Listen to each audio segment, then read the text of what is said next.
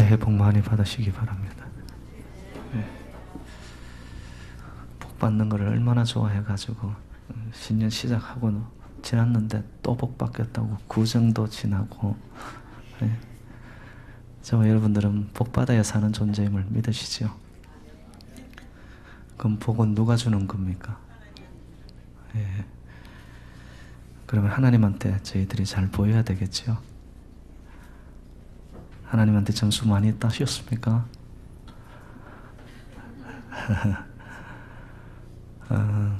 진짜 인생의 복은 하나님께로부터 옵니다. 위로부터 임하는 거죠. 근데 인간은 참 실존적인 모습을 보면은 하나님을 반역하며 살아가는 때가 너무나 많죠. 하늘을 우러러 본다고 하면서도 끊임없이 내 마음 속에서는 자기만의 이 바벨탑을 쌓아 올립니다. 내가 이만한 사람인데 내가 할 수 있는 것이 얼마나 큰 영향력을 미칠 수 있는데. 여러분, 인간이 정말 그렇게 위대하고 그렇게 대단한가요? 뭐 흔히 하는 말로 하늘 아래 매라는 그런 표현들을 하죠. 여러분, 산이 아무리 높다 해도 하늘 아래에 있는 것이죠. 인간 중심의 인본주의적인, 그렇죠? 이성적인 것들로 인해서 이 땅이 이렇게 발전하고 업적을 이루고 대단한 탑들을 쌓아 올려가고 있지만은 여러분, 이 모든 것들이 하나님의 지배와 하나님의 통치 안에 있을 때 여러분 그것이 복이 됩니다. 근데 지금 이 세상과 이 시대의 상을 바라보면 하나님이 죽은 듯이 살아가요, 사람들이.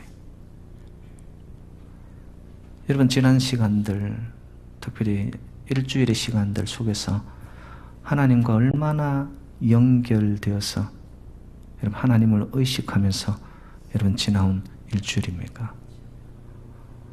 주어진 시간 속에서 여러분 하나님을 망각하고 하나님과 전혀 관계없는 시간들, 주어진 건강도 물질도 탤런트도 내 식으로 사용하면서 살아오지 않았나요? 이게 우리의 실존적인 모습이거든요. 끊임없이 자기를 높이려고 합니다.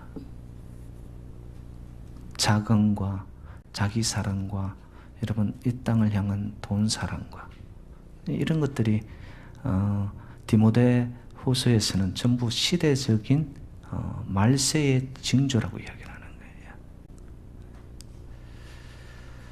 거예요. 사람이, 한 인간이 그렇게 위대하지 않습니다. 인간이 위대한 것은 인간 안에 하나님의 살아계시고 하나님의 영과 하나님의 형상이 있을 때 그 인간은 위대해질 수가 있는 거고요.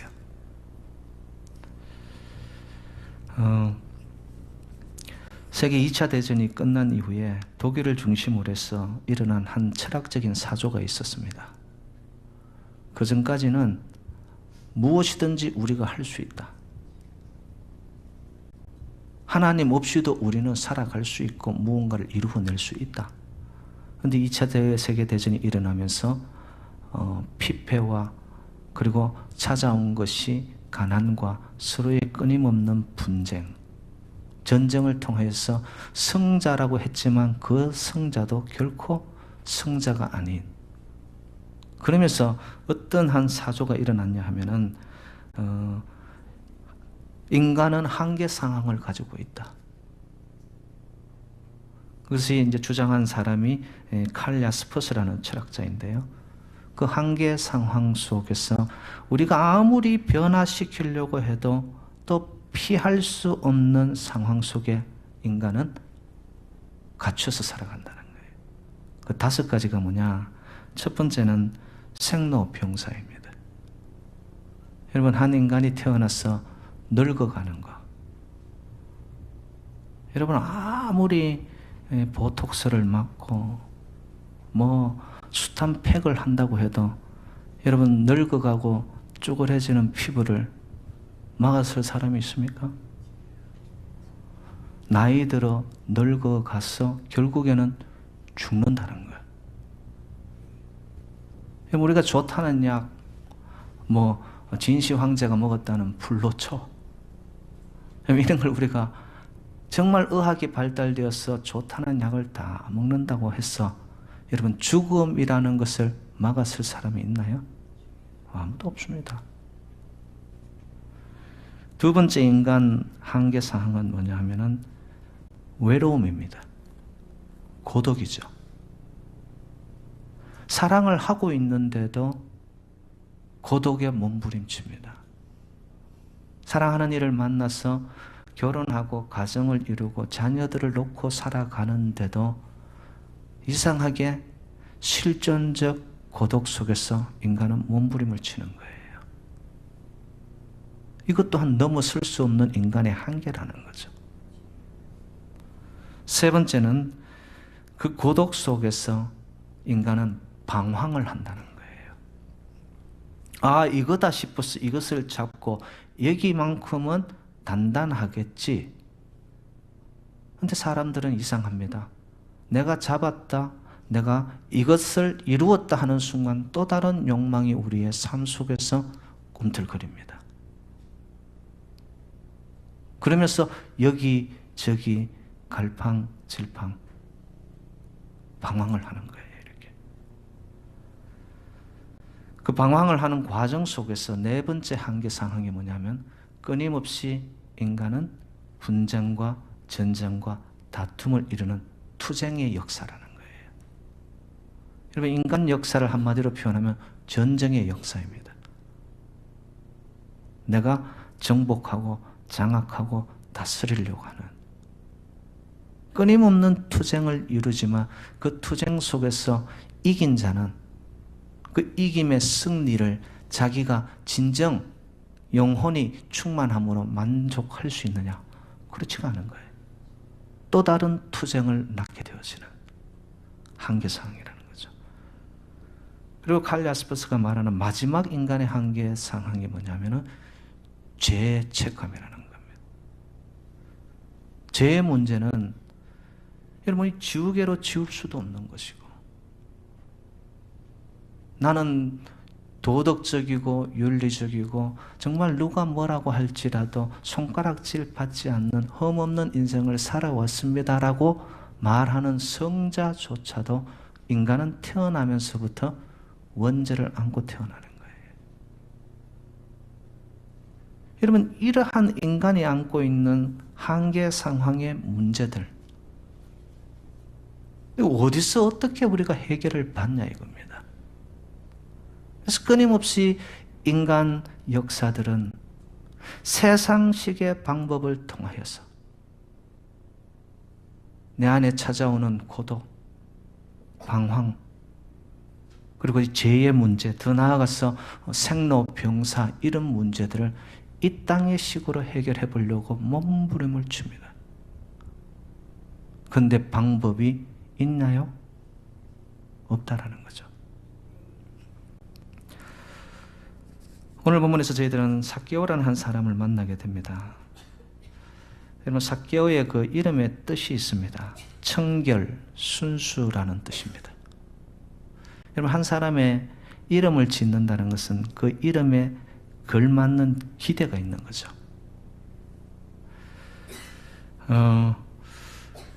여러분들은 어떻습니까? 이름값을 하시면서 살고 계시나요? 참 이런 질문은 여러분 본질적인 것이죠. 삭개오 또한 그 질문에 자기 스스로가 봉착된 거예요. 아, 나는 부모님이 이름 지어주기를 청결한 자로 순수한 자로 살아라고 이름을 지어주고 기대를 했는데 지금 나의 모습을 보니까 정말 부끄럽기 짝이 없고 끊임없는 자기의 내적인 갈등 속에서 자기가 자기를 이겨내지 못하고 있는 거예요. 그것도 그럴 수밖에 없는 것이 오늘 삭개오는 이렇게 본문은 소개합니다. 2절에 보니까 세리장이요 또한 부자라. 여러분, 그 당시 이스라엘은 로마의 식민지 하에 있었습니다. 로마의 통치를 받으니까 식민지 지배를 받는 땅에서는 세금을 내어서 통치하는 국가에 바쳐야 되는 거죠.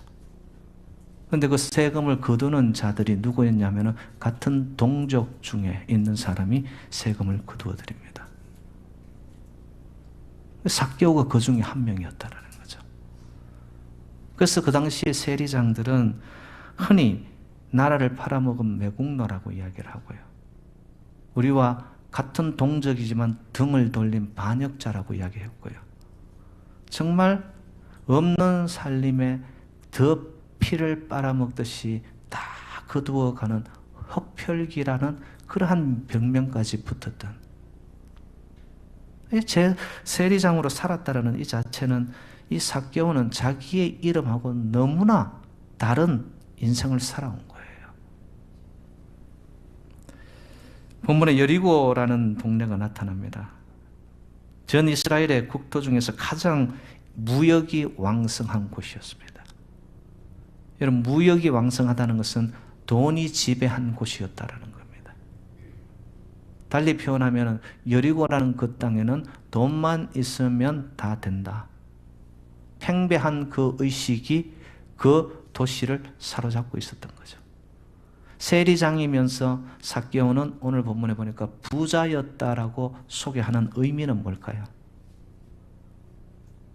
그 동네에 살면서 그 동네의 지배적인 사고가 돈이면 된다라는 생각이 삭개오의 마음속에도 자리 잡고 있었다라는 거죠. 여러분, 정말 돈이면 다 되나요? 우리가 돈을 주고 침대는 살 수 있지만 여러분, 달콤한 잠은 우리가 살 수 없어요.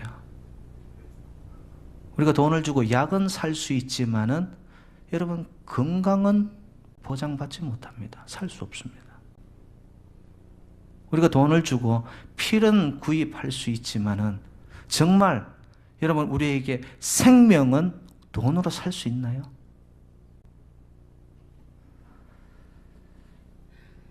결론적으로 제가 이야기를 드린다면, 여러분, 돈을 가지고 이 땅을 살면서 좀 떵떵거리고 편안하게는 살아가지만 내 심령 깊숙한 곳에서 정말 내가 나로서 만족되어지고 내 스스로가 기특하고 있는 그대로가 감사가 되어지는 평강을 돈으로 살 수는 없습니다. 지금 우리가 살고 있는 이 시대가 돈이 말하는 시대 아닙니까? 돈만 있으면 다 된다는 거예요. 그런데 그것이 팽배하여 돈이 이끌고 가지만 사람들은 가면 갈수록 마음이, 심령이, 인생이 피폐해지고 갑니다. 황폐해집니다. 황량합니다. 사막의 모래바람들이 우리의 마음 속으로 스며듭니다. 걷잡을 수 없이 인생이 고독 속에 방황하면서, 그러면서도 내 스스로의 끊임없는 만족이 없으니까 자기의 분열, 자기 다툼, 투쟁이 이 속에서 일어나고 있는 거예요. 삭개오가 바로 그런 자였다라는 거죠. 누리고 있었는데, 위치는 있는데 남들 앞에 서 있는 장급의 인생임에도 불구하고 그는 어느 누구에게도 사람 대접 한번 제대로 받지 못하였다는 거예요. 삭개오의 이 실전적 고독이 느껴지십니까? 그의 내면 속에 보이지는 않지만 물씬 풍겨져 나오는 인생의 방황을 여러분들이 느끼십니까? 더 나아가서 그는 그의 이름값대로 제대로 살지 못하였던 인생의 무게감, 달리 표현하면 바로 살아오지 못했다는 인생의 죄책감, 그 모든 실존적 인간 한계 상황이 삭개오를 짓누르고 있는 거예요.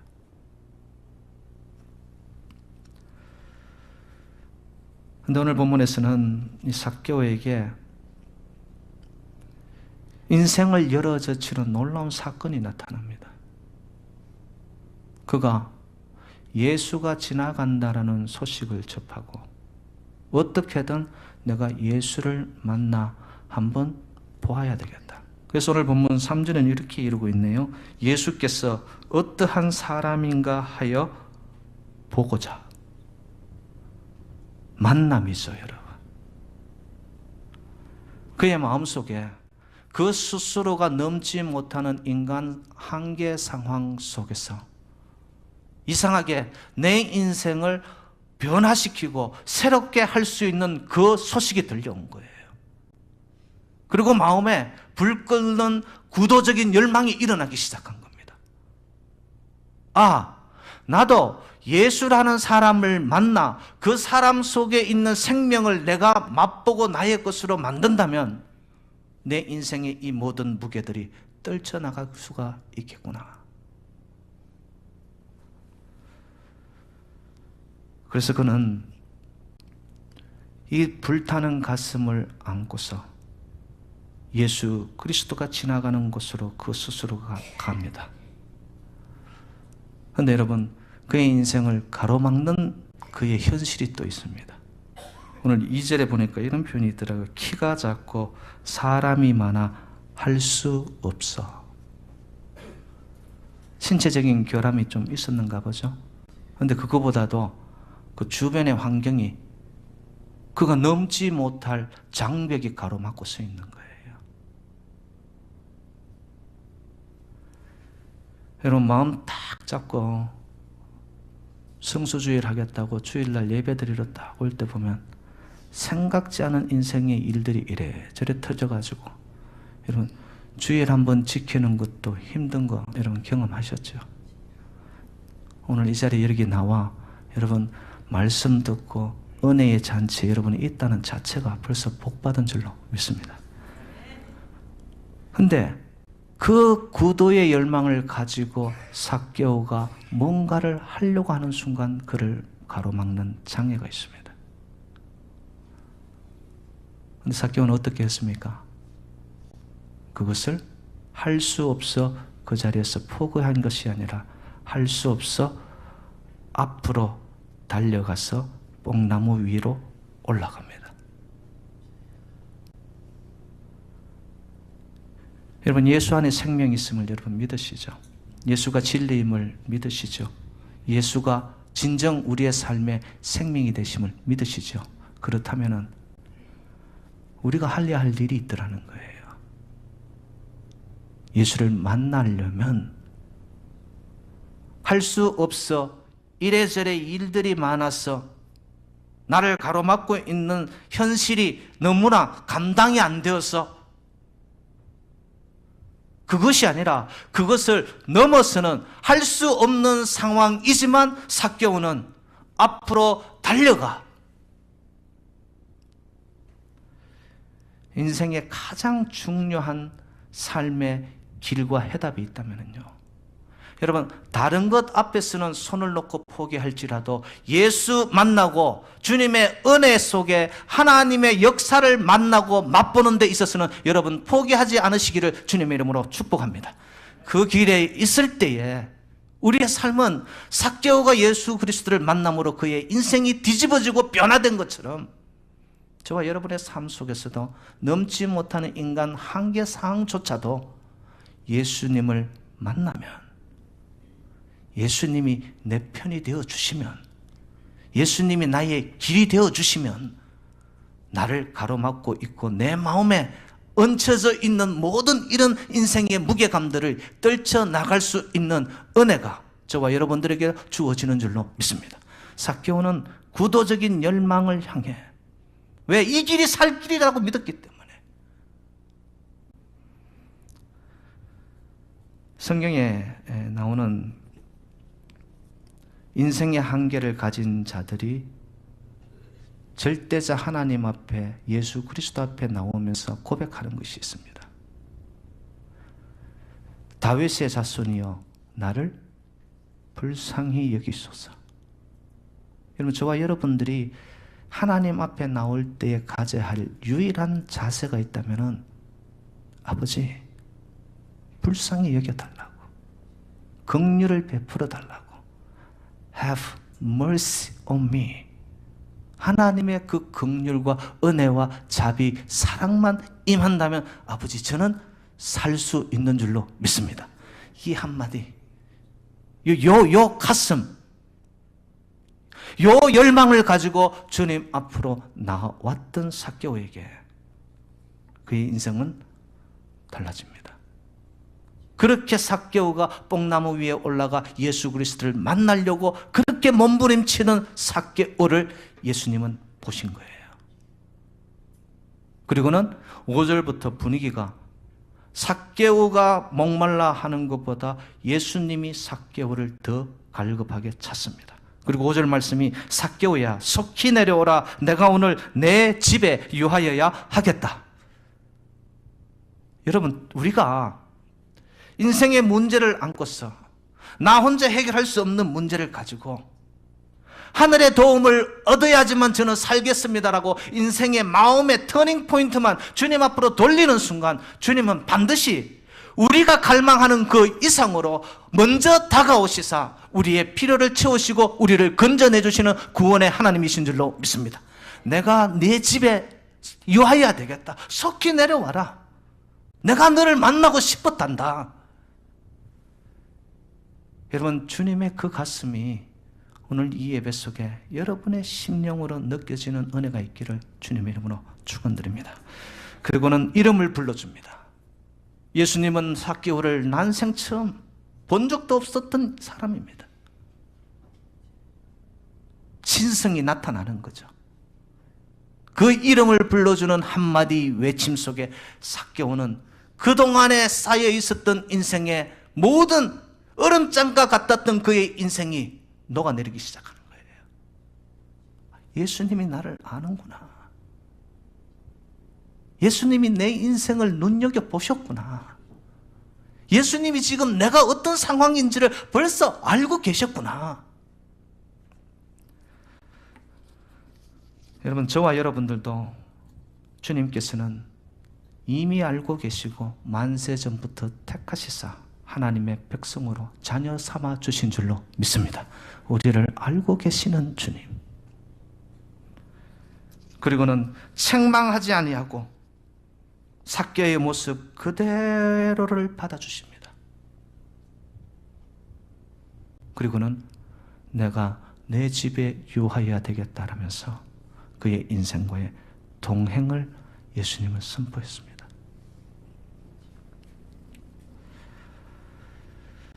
이런 예수님의 가슴을 만난 후에 삭개오의 인생은 변화됩니다. 8절에 보니까 그는 예수님이 말하지도 않았습니다. 근데 그가 가지고 있는 재산의 절반을 내어놓겠다는 거예요. 이게 뭡니까? 가치관의 변화이고 물질관의 변화입니다.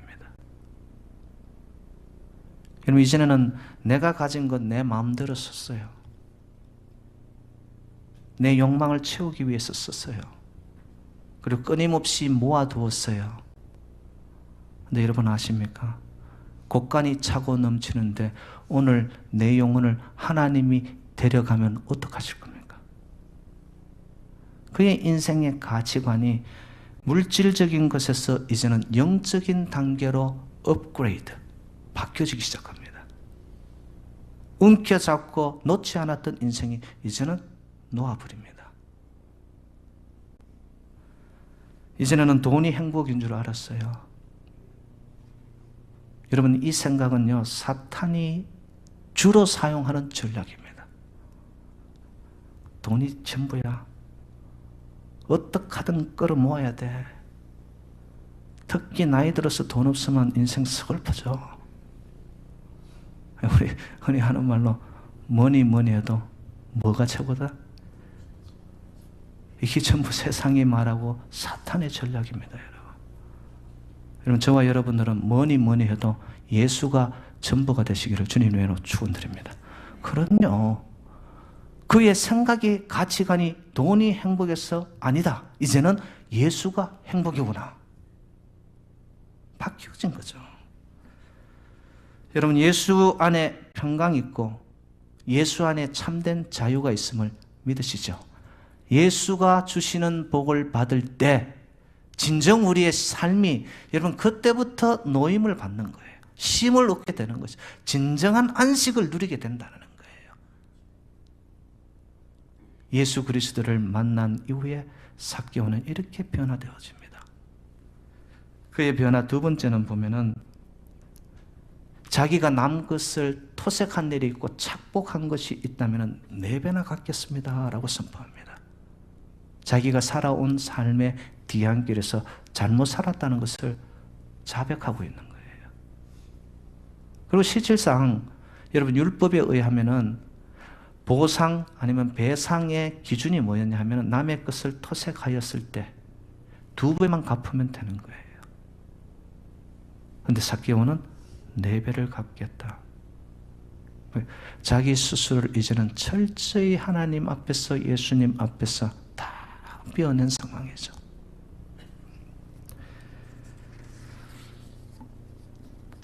그런 그에게 예수님은 9절에 이렇게 표현합니다. 오늘 구원이 이 집에 이르렀으니 이 사람도 아브라함의 자손이미로다. 여러분, 생각의 전환, 변화죠. 그리고 죄에 대한 자백, 하나님 앞에 철저한 회개, 그리고 나서는 임한 것이 받더니만 영혼의 구원의 감격이 임하는 거예요.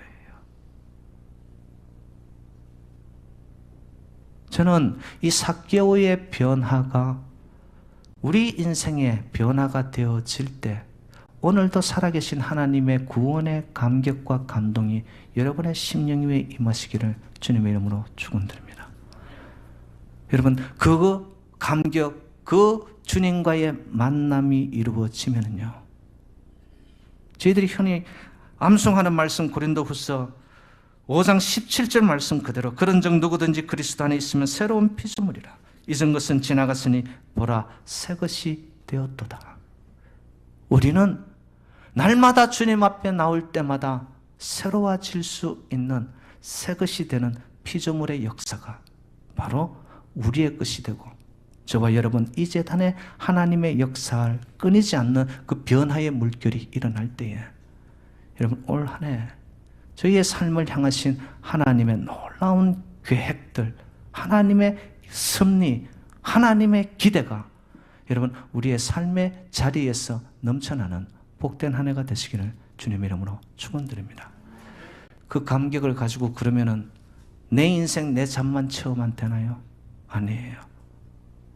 오늘 말씀에 핵심이 있다면 10절 말씀입니다. 인자가 온 것은 무엇을 위해서 왔다고 합니까? 잃어버린 자를 찾아 구원하려 함이니라. 예수 그리스도께서 이 땅에 오신 목적이 있다면 단 하나, 영혼 구원입니다. 잃어버린 자를 찾아내시는 예수님, 그 예수님과의 동행과 하나됨과 연합과 일치 속에 내가 변화되어 이제는 새 것이 된 저와 여러분이라면 주님의 그 인생 목적, 나 또한 여러분 동참하면서 신년 들면 제가 여러분에게 태신자 운동을 이야기하죠. 여러분 조금만 관심을 가지고 주변을 돌아보시기를 바랍니다. 이미 우리에게 베풀어 주신 하나님의 구원의 감격이 여러분의 심령을 채우고 있습니까? 내 인생은 터닝 되어졌어, 변화되어졌어, 이제는 새 힘을 얻고 하늘의 사람으로 거듭나 있습니까? 그렇다면 주님이 이 땅에 오신 목적이 잃어버린 자들을 찾기 위함이라면 그것조차가 이제는 우리의 인생의 목표가 되고 나아가야 할 방향이 되고 가치가 되어질 때에 여러분을 통하여서 영혼이 주님 앞으로 돌아오고 말씀 앞으로 돌아오고 하나님의 큰 역사를 이루어내는 새누리재단, 저와 여러분 축복의 통로로 쓰임 받으시기를 주님의 이름으로 축원드립니다. 하나님 아버지 감사드립니다. 삭개오야, 내가 오늘 내 집에 유하여야 되겠다. 구원이 오늘 이 집에 임하였다고 선포하신 그 놀라운 구원의 역사와